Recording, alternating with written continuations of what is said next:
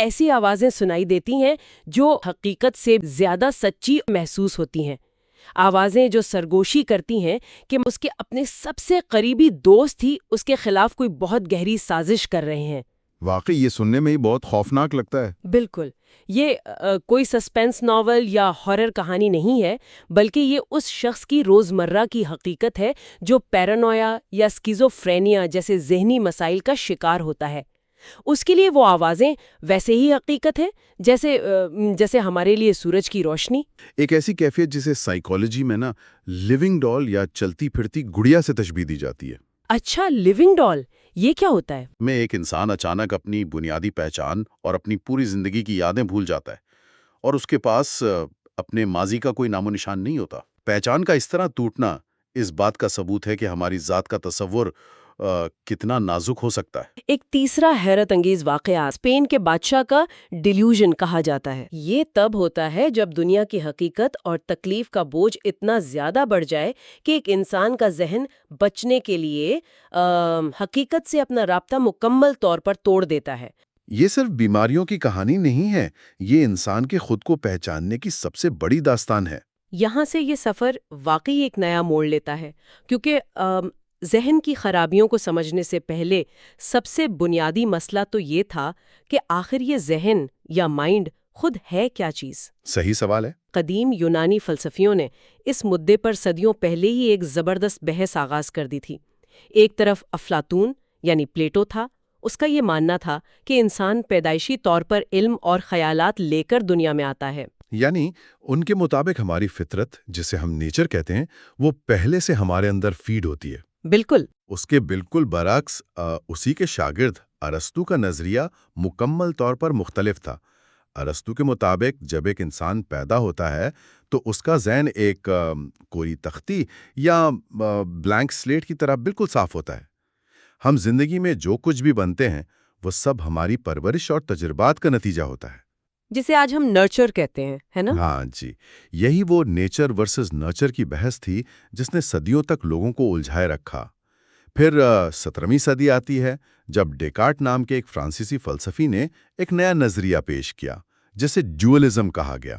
اچھا، ڈیولزم، اس میں کیا تھا؟ اس نے ایک لکیر کھینچ دی۔ اس نے کہا کہ ہمارا جسم ایک فزیکل مادی چیز ہے، لیکن ہمارا ذہن ایک روحانی اور غیر مادی چیز ہے۔ یہ دونوں بالکل الگ دنیایں ہیں، لیکن دماغ کے اندر کسی ایک پوائنٹ پر آ کر آپس میں رابطہ کرتی ہیں۔ دیکھیں، ڈیکارٹ کی باتیں سننے میں تو بہت وزنی لگتی تھیں، لیکن مسئلہ یہاں یہ تھا کہ یہ سب صرف باتیں تھیں، مطلب خیالی پلاؤ تھے۔ بالکل، سائنسی ثبوت تو تھا نہیں۔ ہاں، فلسفیوں کے پاس اپنے ان بڑے بڑے نظریات کو ثابت کرنے کا کوئی ٹھوس سائنسی طریقہ موجود نہیں تھا۔ آپ ذہن کو کسی ٹیسٹ ٹیوب میں ڈال کر تو چیک نہیں کر سکتے نا؟ صحیح کہہ رہی ہیں آپ۔ لیکن پھر ہماری داستان ہمیں لے جاتی ہے سال 1879 میں، یعنی 1879 میں۔ یہ وہ اہم تاریخی موڑ تھا جب سائیکالوجی کا حلیہ ہمیشہ کے لیے بدل گیا۔ وونڈ کی لیب کا آغاز ہے نا؟ جی ہاں، جرمنی کے شہر لائپزگ میں ولہم وونڈ نام کے ایک شخص نے دنیا کی پہلی سائیکالوجی لیبارٹری قائم کی۔ اس کمرے میں براس کے آلات اور ٹائمرز موجود تھے، اور یہاں سے نفسیات نے فلسفے کی چادر اتار کر ایک باقاعدہ سائنس کا روپ دھار لیا۔ اور وونڈ اور اس کے شاگرد ٹیچنر نے مل کر جس تحریک کا آغاز کیا اسے اسٹرکچرلزم کہا جاتا ہے۔ ان کا مقصد بہت واضح تھا۔ جیسے ایک کیمسٹ پانی کے قطرے کو توڑ کر بتاتا ہے کہ اس میں ہائیڈروجن اور آکسیجن ہے، ویسے ہی ان دونوں کا خیال تھا کہ ہم انسانی شعور کو چھوٹے چھوٹے حصوں میں توڑ کر سمجھ سکتے ہیں۔ یہ تو بہت عجیب اپروچ لگتی ہے۔ یہ انہوں نے کیا کیسے؟ اس کام کے لیے انہوں نے جو طریقہ ایجاد کیا اسے انٹروسپیکشن کہتے ہیں، یعنی اپنے ہی اندر جھانکنے کا عمل۔ وہ لوگوں کو تجربہ گاہ میں بٹھاتے، انہیں میٹرونوم کی ٹک ٹک کی آواز سناتے یا کوئی خاص رنگ دکھاتے۔ اچھا۔ اور پھر ان سے پوچھتے کہ ٹھیک اس لمحے آپ کے ذہن میں کون کون سے احساسات اور جذبات ابھر رہے ہیں۔ ان کا ماننا تھا کہ اس پورے عمل کی رپورٹ اکٹھا کر کے وہ انسان کے کانشیس مائنڈ کا ایک مکمل نقشہ تیار کر لیں گے۔ لیکن ایک منٹ رکیے، اگر میں انٹروسپیکشن کے طریقے کو غور سے دیکھوں تو کیا یہ ویسا ہی نہیں ہے جیسے کوئی شخص بغیر آئینے کے اپنی ہی آنکھوں کو اندر سے دیکھنے کی کوشش کر رہا ہو؟ یہ بہت زبردست تشبیہ ہے۔ مطلب یہ پروسیس تو بنیادی طور پر بہت غیر یقینی اور سبجیکٹو محسوس ہوتا ہے نا؟ مثال کے طور پر اگر آپ مجھے ایک لال رنگ دکھاتے ہیں اور میں کہتی ہوں کہ مجھے غصہ محسوس ہو رہا ہے، لیکن کسی اور کو وہ لال رنگ دیکھ کر گلاب کے پھول کی خوشی محسوس ہو رہی ہو، تو اس میں آبجیکٹو سائنس کہاں رہ گئی؟ ایگزیکٹلی اس چیز کو ہم مائکروسکوپ کے نیچے کیسے رکھ سکتے ہیں جب ہر انسان کا تجربہ ہی الگ ہے؟ آپ نے یہاں اسٹرکچرلزم کی سب سے بڑی کمزوری کو پکڑ لیا ہے، اور دراصل یہی وہ بنیادی مسئلہ تھا جس کی وجہ سے یہ طریقہ بری طرح ناکام ہوا۔ وونٹ کو جلد ہی احساس ہونے لگا کہ عام انسان کے لیے اپنے ہی ذہن کی باریکیوں کو ٹھیک ٹھیک الفاظ میں بیان کرنا ناممکن سی بات ہے۔ واقعی ہم خود بھی اپنے جذبات بیان نہیں کر پاتے اکثر۔ بالکل، یہاں تک کہ جب ان لوگوں سے کسی آسان حساب کے سوال کو حل کرنے کے دوران ان کے ذہن میں آنے والے خیالات کے بارے میں پوچھا گیا تو لوگ جواب بھی نہیں دے پائے۔ انہیں پتہ ہی نہیں تھا کہ دماغ نے جواب کیسے نکال لیا۔ اس ناکامی کا فائدہ یہ ہوا کہ اس نے صدی کی سب سے بڑی دریافت کی بنیاد رکھی۔ اور وہ دریافت کیا تھی؟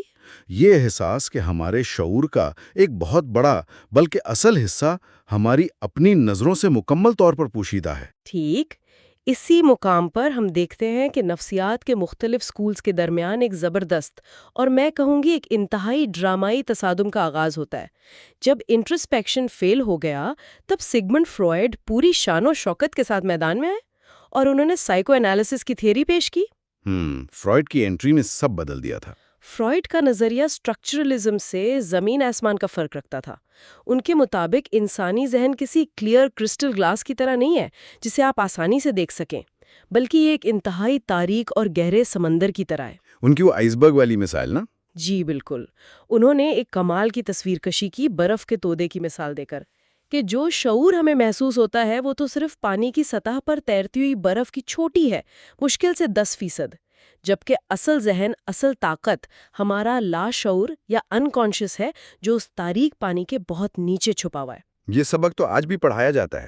ہاں نا، فرائڈ نے تھیوری پیش کی کہ ہمارے بچپن کے پوشیدہ صدمات، ہماری دبائی ہوئی درخواہشات اور وہ یادیں جن سے ہم ڈرتے ہیں، وہ سب اس لاشعور میں قید ہوتی ہیں اور وہیں سے چھپ کر ہمارے ہر رویے اور عمل کو کنٹرول کرتی ہیں۔ اور آپ دیکھیں اس دور میں فرائڈ کی اس تھیوری نے سائنس اور سماج دونوں کو ہلا کر رکھ دیا تھا۔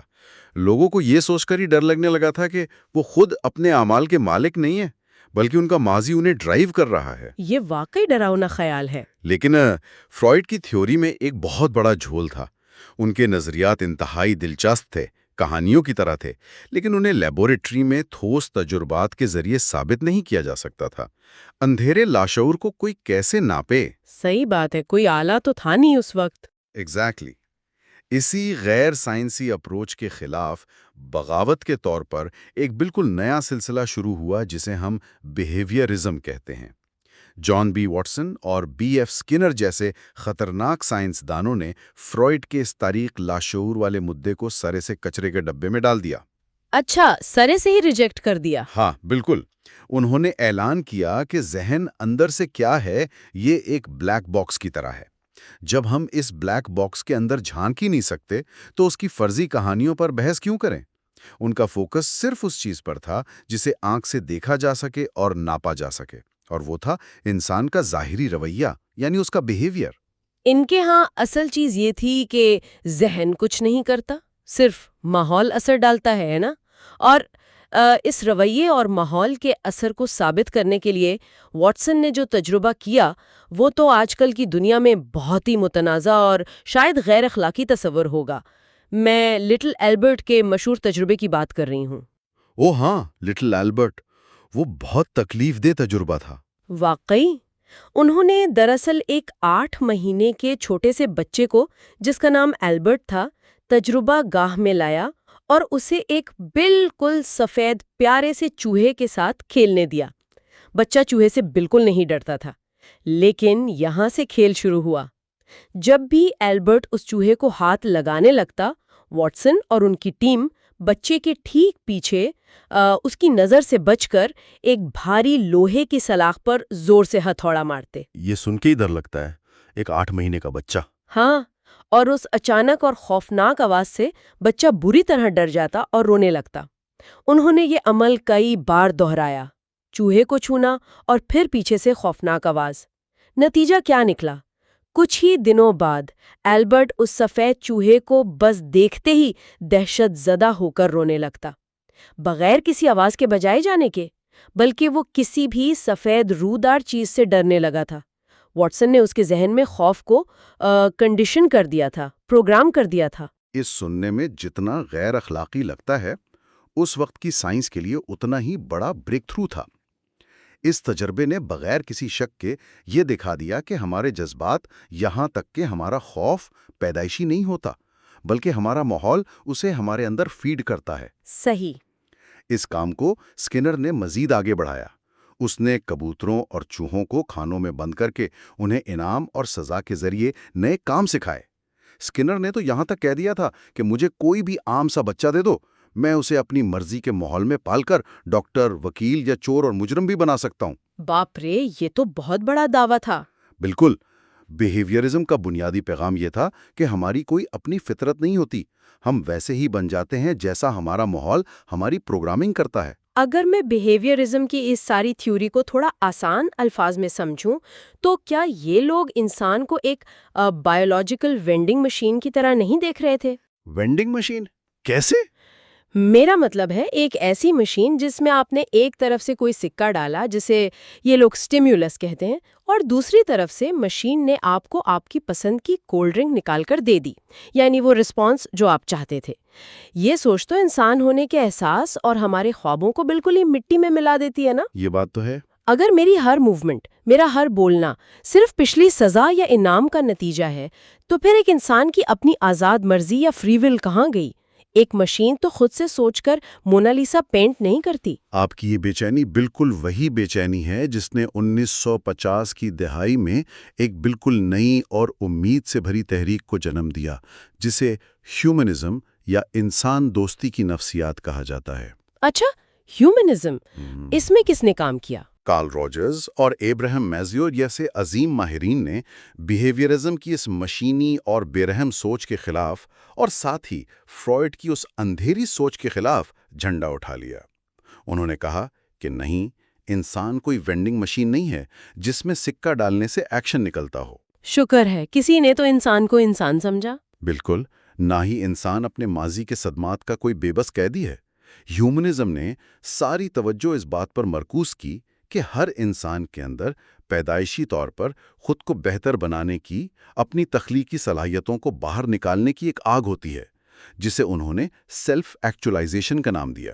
یعنی ان کے مطابق انسان کے پاس آزاد مرضی ہوتی ہے۔ جی ہاں، ان کے نزدیک انسان اپنے فیصلے خود کرتا ہے اور وہ اپنا مستقبل خود لکھ سکتا ہے۔ تو اس مقام پر آ کر تصویر کچھ ایسی بنتی ہے۔ ہمارے پاس ایک طرف سائیکو انالیسس ہے جو ثابت کرنے پر تلا ہے کہ ہم اپنے تاریخی ماضی کے قیدی ہیں، دوسری طرف بیہیویئرزم ہے جو ہمیں سزا اور جزا کی پیداوار مانتا ہے، اور تیسری طرف ہیومنزم امید بن کر کہتا ہے کہ نہیں، ہم اپنی قسمت کے خود مالک ہیں۔ ایگزیکٹلی، یہ تین بڑے اسکولز آف تھاٹ تھے۔ لیکن ان تینوں میں ایک بہت ہی بنیادی چیز مسنگ تھی۔ اگر بیہیویئرزم ذہن اور سوچ کو بلیک باکس کہہ کر بالکل ہی نظر انداز کر دیتا ہے اور فرائڈ اسے صرف ایک اندھیرا مانتا ہے، تو پھر سائیکالوجی ان سوالوں کا جواب کیسے دے گی کہ میں کل کی باتیں یاد کیسے رکھتی ہوں، میں حساب کا سوال کیسے حل کرتی ہوں؟ یہ وہی سوال تھے جنہوں نے ایک دفعہ پھر سائیکالوجی کی دنیا میں بھونچال لا دیا۔ 1960 کی دہائی آتی ہے اور دنیا میں ایک ایسی حیران کن چیز ایجاد ہوتی ہے جس نے ہر میدان میں انقلاب برپا کیا، اور وہ چیز تھی کمپیوٹر۔ کمپیوٹر کے آنے سے تو سب بدل گیا ہوگا۔ بالکل بدل گیا۔ ماہرین نے کمپیوٹر کے کام کرنے کے طریقے پر غور کیا۔ انہوں نے دیکھا کہ کمپیوٹر پہلے باہر سے ان پٹ وصول کرتا ہے، پھر اس کا پروسیسر اس کو سمجھتا ہے اور آخر میں اسے اپنی ہارڈ ڈرائیو یا میموری میں محفوظ کر لیتا ہے۔ انہوں نے فوراً سوچا، کیا انسانی دماغ بالکل اسی پیٹرن پر کام نہیں کرتا؟ ہاں، ہم آنکھوں اور کانوں سے ان پٹ لیتے ہیں، دماغ میں پروسیس کرتے ہیں اور یادوں کی شکل میں سٹور کرتے ہیں۔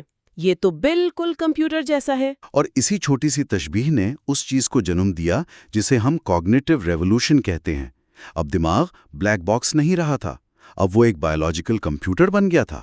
میموری اور پروسیسنگ کی بات نکلی ہے تو بارٹلیٹ کا ایک بہت ہی زبردست تجربہ موجود ہے جو اس کوگنیٹیو اپروچ کو واضح کر دیتا ہے۔ انہوں نے لوگوں کی میموری کو پرکھنے کے لیے مغربی لوگوں کو ایک پرانی داستان سنائی جس کا نام تھا وار آف دا گوسٹس۔ یہ ایک قدیم نیٹو امریکن داستان تھی جس میں عجیب و غریب طرز کے بھوت تھے جو مغرب کے لوگوں کی سمجھ سے باہر تھے۔ اچھا، پھر جب انہوں نے دوبارہ پوچھا تو کیا ہوا؟ نتیجہ آنکھیں کھول دینے والا تھا۔ پتہ چلا کہ لوگوں نے کہانی کے ان حصوں کو جو ان کے کلچر سے میچ نہیں کرتے تھے وہ انہیں بالکل بدل دیا تھا۔ کسی نے بھوت کو طوفان بنا دیا، کسی نے دشمن بنا دیا، یعنی ان کے دماغ نے انفارمیشن کو ریکارڈ کر کے ایگزیکٹلی پلے نہیں کیا۔ واو، یہ تو بہت دلچسپ ہے۔ ہاں، یہاں سے سمجھ میں آیا کہ ہماری یادداشت کوئی ویڈیو کیمرہ نہیں ہے جو جیسا دیکھے ویسا ریکارڈ کر لے۔ ہماری یادداشت پرانی معلومات اور نئے تجربات کو ملا کر وقت کے ساتھ نئے قصے بنتی رہتی ہیں۔ ہم اپنی میموری خود تخلیق کرتے ہیں۔ یہ کانسیپٹ واقعی ہوش اڑا دینے والا ہے۔ یہ بتاتا ہے کہ ہمارا ذہن معلومات کو اپنے فلٹرز اور اپنے سافٹ ویئر کے مطابق تبدیل کر کے پروسیس کرتا ہے۔ لیکن دماغ کو کمپیوٹر ماننے کی اس فلسفی سے ایک بہت گہرا اور تھوڑا سا ڈراؤنیا سوال دوبارہ زندہ ہو جاتا ہے۔ آزاد مرضی بنام جبر کا مسئلہ۔ آزاد مرضی یہ دوبارہ کیسے سامنے آیا؟ ہمارے سورسز میں ایک بہت ہی ماڈرن FMRI اسکینر کی تحقیق کا ذکر ہے۔ یہ تحقیق 2008 میں سون اور ان کے ساتھیوں نے کی تھی۔ انہوں نے والنٹیئرز کو ایک ایڈوانس FMRI اسکینر میں لٹایا جو دماغ کی ایکٹیویٹی کو ریئل ٹائم میں دیکھتا ہے۔ لوگوں کے دونوں ہاتھوں کے قریب ایک ایک بٹن تھا اور ان سے کہا گیا کہ جب بھی آپ کا خود دل چاہے آپ اپنی پسند کا کوئی ایک بٹن دبا دیں۔ اچھا، سمپل سا ٹاسک تھا۔ تو اس کا نتیجہ کیا نکلا؟ نتیجہ انسان کو ہلا دینے والا تھا۔ جب لوگ سکینر میں لیٹتے تھے اور انہوں نے فیصلہ کیا کہ میں رائٹ والا بٹن دباؤں گا تو سکین کے ڈیٹا نے بتایا کہ والنٹیئر کے دماغ نے وہ فیصلہ ان کے شعور میں آنے سے پیور 10 سیکنڈ پہلے ہی طے کر لیا تھا۔ ویٹ، کیا 10 سیکنڈ پہلے؟ جی ہاں، انسان کو لگ رہا ہے کہ اس نے اس ایگزیکٹ لمحے اپنی آزاد مرضی سے فیصلہ کیا ہے، لیکن اس کا بایولوجیکل ہارڈ ویئر 10 سیکنڈ پہلے ہی سرکٹری کمپلیٹ کر چکا تھا۔ تو پھر سوال پیدا ہوتا ہے، کیا ہم واقعی آزاد ہیں؟ او مائی گاڈ، یہ تو سچ میں ڈراونا ہے۔ یعنی ہم بس گوشت اور ہڈیوں کی کٹ پتلیاں ہیں جنہیں ہمارا دماغ چلا رہا ہے، اور ہمارا شعور صرف اپنے آپ کو جھوٹی تسلی دے رہا ہے کہ کنٹرول ہمارے ہاتھ میں ہے۔ یہ دریافت بایولوجی اور سائیکالوجی کے بارڈر پر کھڑی ہے اور بیس کیمپ ہلا دینے والی بات ہے۔ بیہیویئرسٹ اسکینر نے بھی تو یہی دعویٰ کیا تھا کہ آزاد مرضی صرف ہمارا ایک دھوکہ ہے۔ یہ تحقیق ثابت کرتی ہے کہ ہمارا بایولوجیکل دماغ ہماری شعوری سوچ سے کہیں زیادہ سپیڈ سے کام کرتا ہے۔ اور ہم انسان بھی کتنے عجیب ہیں نا، جب ہم کامیاب ہوتے ہیں تو کہتے ہیں کہ یہ میری اپنی مرضی تھی اور محنت تھی، لیکن جب فیل ہوتے ہیں تو قسمت یا ماحول کو قصوروار ٹھہراتے ہیں۔ بالکل، ہم اس وقت آزاد مرضی پر سب سے زیادہ یقین رکھتے ہیں جب وہ ہمارے حق میں ہو۔ اب اس سفر کو تھیوریز اور سکینر سے نکال کر ٹھیک وہاں لے چلتے ہیں جہاں ماڈرن سائیکالوجی آج کھڑی ہے۔ آج ہمارے پاس ٹیکنالوجی ہے کہ ہم ذہن کے ہارڈ ویئر کو واقعی دیکھ سکتے ہیں۔ اسی وجہ سے آج سائیکالوجی مختلف برانچوں میں بٹ چکی ہے، جیسے بائیو سائیکالوجی، جہاں دیکھا جاتا ہے کہ دماغ کی فزیکل بناوٹ ہمارے رویے کو کیسے چلاتی ہے۔ فینیس گیج کا مشہور واقعہ تو آپ جانتے ہی ہوں گے۔ ہاں، فینیس گیج وہ ریلوے ورکر ہے نا جس کے دماغ کے آر پار لوہے کی سلاخ گزر گئی تھی۔ جی بالکل وہی۔ دھماکے کی وجہ سے سلاخ اس کے فرنٹل لوب سے گزر گئی اور حیرت کی بات یہ تھی کہ وہ زندہ بچ گیا، لیکن اصل صدمہ بعد میں سامنے آیا جب اس کی شخصیت مکمل طور پر تبدیل ہو گئی۔ جو شخص پہلے نرم مزاج اور ذمہ دار تھا وہ ٹھیک ہونے کے بعد ہر وقت گالیاں دینے والا اور شدید غصے والا بن گیا۔ اس کے دوستوں نے کہا کہ یہ اب گیج نہیں رہا۔ یہ واقعہ میڈیکل ہسٹری کا سب سے بڑا پروف بن گیا تھا۔ اس نے ثابت کیا کہ ہماری شخصیت، ہمارا غصہ، یہ کوئی روحانی چیزیں نہیں ہیں، یہ سب بہت فزیکل ہیں۔ ہارڈ ویئر کے ٹوٹنے سے سافٹ ویئر بھی کرپٹ ہو گیا۔ صحیح کہا۔ اور اس بایولوجیکل اپروچ کے ساتھ ایک اور برانچ آج ابھر کر آئی ہے، اور وہ ہے سوشیو کلچرل سائیکالوجی۔ کیونکہ انسان صرف سیلز کا مجموعہ تو نہیں ہے، وہ سماج میں رہتا ہے۔ اس برانچ کا مقصد یہ سمجھنا ہے کہ سماج اور کلچر کس طرح ہمارے ذہن کو ڈیزائن کرتے ہیں۔ مغرب اور مشرق کے فرق کو ہی دیکھ لیں۔ ہاں، یہ فرق ہی تعین کرتا ہے کہ کیا چیز نارمل ہے اور کیا ایب نارمل۔ مغرب میں انڈیویجولزم کو ترجیح دی جاتی ہے. وہاں سکھایا جاتا ہے کہ تم باقی سب سے الگ ہو اور اپنے کریئر پر فوکس کرو. وہاں کا ہیرو اکیلے سب فتح کرتا ہے. لیکن اگر ہم ایشیا یا مشرق میں آئیں تو یہاں کلیکٹیوزم یعنی اجتماعیت کو اہمیت ملتی ہے. یہاں بہتر انسان وہ ہے جو اپنے خاندان اور سماج کو اپنے جذبات سے پہلے رکھے. آپ نے اس پوائنٹ کو بالکل ٹھیک پکڑا. ایک ہی دماغ ہے، لیکن ایک کلچر میں جو چیز ایکسٹریم آزادی سمجھی جاتی ہے، ٹھیک وہی چیز دوسرے کلچر میں خود غرضی تصور ہوتی ہے. کانٹیکسٹ بہت فرق پیدا کرتا ہے. اور آج کے دور میں تو یہ فیلڈ صرف بایولوجیکل انسانوں تک محدود نہیں رہ گئی ہے. آپ اے آئی کی بات کر رہے ہیں نا؟ جی ہاں، اے آئی اور مشین لرننگ کا پورا ڈھانچہ اسٹرکٹلی اسی کوگنیٹو سائیکالوجی اور دماغ کے انہی کمپیوٹر ماڈلز پر کھڑا کیا گیا ہے. آج کی الگوریدمز ٹھیک انہی اصولوں پر ٹرین ہوتی ہیں جن پر ایک انسانی بچے کا دماغ دنیا سیکھتا ہے، ٹرائل اور ایرر سے، غلطیاں کر کے اور پیٹرنز کو پہچان کر. یعنی انسانی ذہن کی مشینری کو سمجھتے سمجھتے ہم نے ایسی تخلیق بنانی جہاں ہم آرٹیفیشلی خود ایک نیا ذہن کریٹ کر رہے ہیں. یہ تو واقعی مائنڈ بلوئنگ ہے. تو آئیے آج کی اس معلومات کو تھوڑا سمٹنے کی کوشش کرتے ہیں. ہمارا سفر شروع ہوا تھا ٹوٹی ہوئی حقیقتوں اور اس خوف سے جنہیں آوازیں سنائی دیتی تھی. وہاں سے ہم چلتے ہوئے افلاطون اور ارسطو کی بحثوں سے گزرے، وونڈ کی لیب کی ٹک ٹک سنی، فرائڈ کے تاریخ سمندر میں گوتے لگائے، اسکنر کی وینڈنگ مشین والی حقیقت سمجھی، ایم آر آئی اسکین کا 10 سیکنڈ والا راز دیکھا، گیج کے دماغ کو سمجھا اور آخر میں اے آئی کے کمپیوٹر ماڈلز تک پہنچے. یہ لمبا سفر ثابت کرتا ہے کہ سائیکالوجی صرف ذہنی بیماریوں کا نام نہیں ہے. یہ دراصل ہماری روزمرہ کی زندگی اور ہماری ہر موومنٹ کی سائنس ہے. ہم دوستوں کا چہرہ کیوں یاد رکھتے ہیں، راستے کیوں بھول جاتے ہیں اور غلط فیصلے کیوں کرتے ہیں. یہ انسانیت کی اپنے آپ کو سمجھنے کی کہانی ہے. تو اس گہرے تجزیے کو ہم ایک بہت ہی فکر انگیز سوال پر لا کر ختم کرتے ہیں جو ہر سننے والے کو سوچنے پر مجبور کر دے گا.